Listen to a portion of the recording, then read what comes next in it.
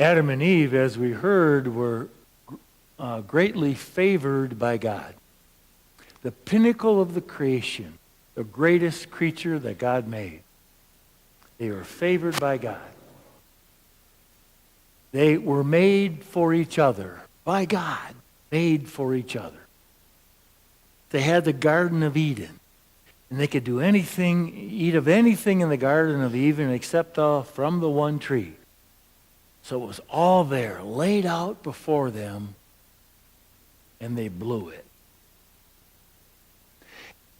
They had it all, and then they wanted more.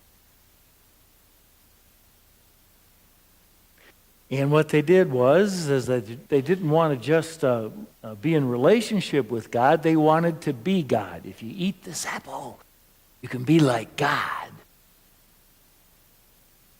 What they ended up doing is driving a nail, so to speak, into their relationship with God, a toxic element driven right in.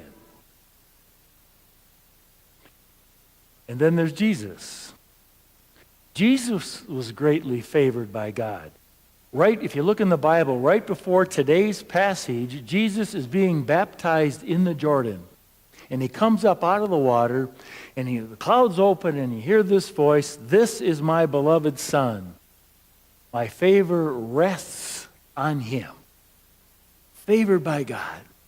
What a wonderful thing. And then he's led into the desert. And being led into the desert, he is tempted by the devil in 3 ways. It says, you're really hungry here. Why don't you change that stone into bread? And he basically said, I'm not using my powers for me. My powers were meant to be used for others.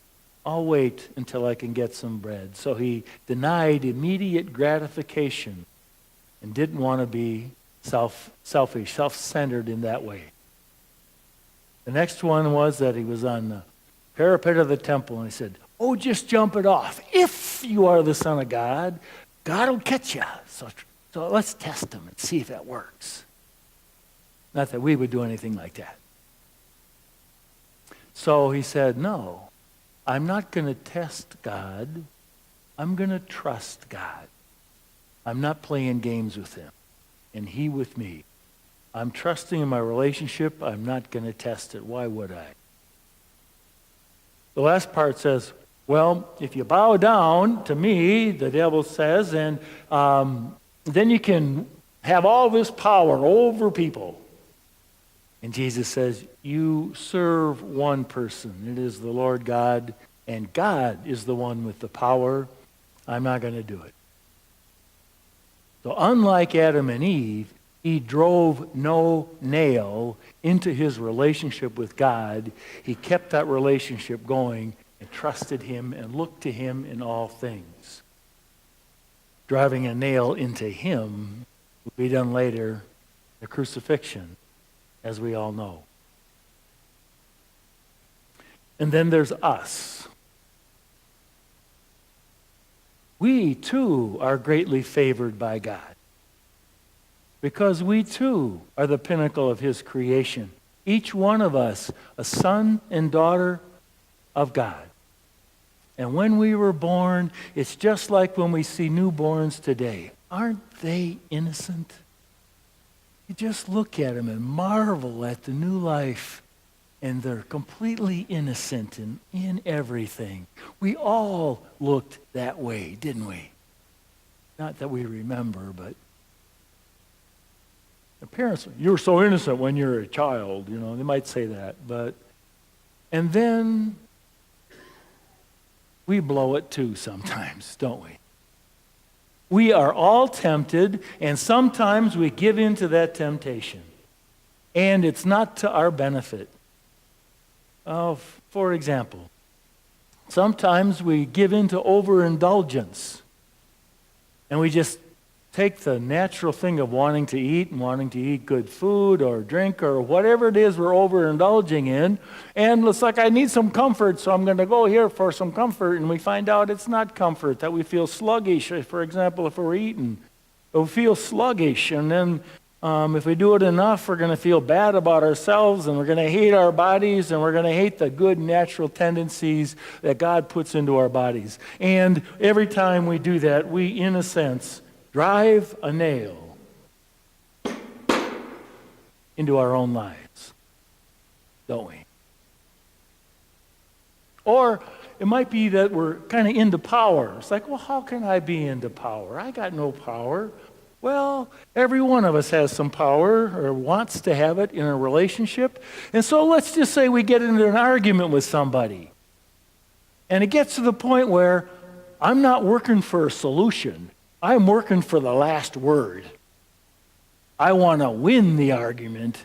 And I don't care what I have to say or who I have to hurt to do it. By golly, I got a gunny sack full of stuff I can unload right here.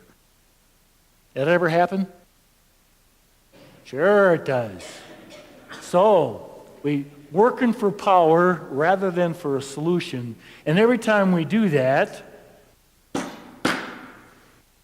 we drive a nail into our relationship with that person and into our lives. And we could also do something like this. We could be just given to our own selfishness, our own self-centeredness. I'm not talking about healthy self-love. I'm talking about selfishness and self-centeredness. Well, what we do is we think about ourselves, we treat only ourselves, we talk about ourselves, and isn't that the kind of a fun person you want to be with? And they never pick up the bill for lunch. We keep doing that, what's going to happen? We're going to be alone because we find out, she's not that all fun to be with. All he does is talk about himself, herself. Every time we do that, we drive another nail into our lives and into the lives of others. Or pick your own sin. Like, what is it that we do that makes us our own worst enemy? What sin rules our life? What's our favorite one? We all have them. What is it that we kind of overindulge in and to our own lack of our own benefit and not to the benefit of others? Every time we do that,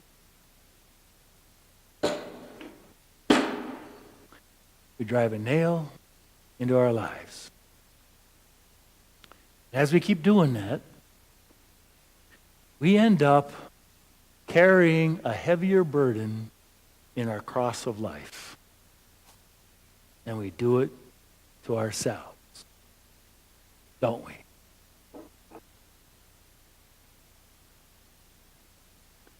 The good news is that Lent is a time to set our spirits free, to take a look at what's wrong with my life that I do myself. What is my own weakness, temptation that I give into, and how am I driving a nail into my life and into the lives of others by what I do and what I say.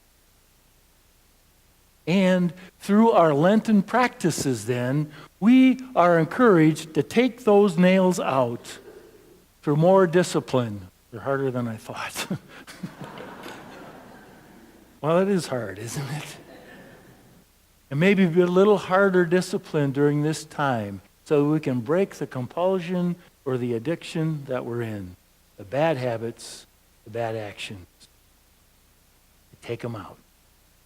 And we do that through Lenten practices. So a good question for us would be, what is the worst part of my life that I do to myself?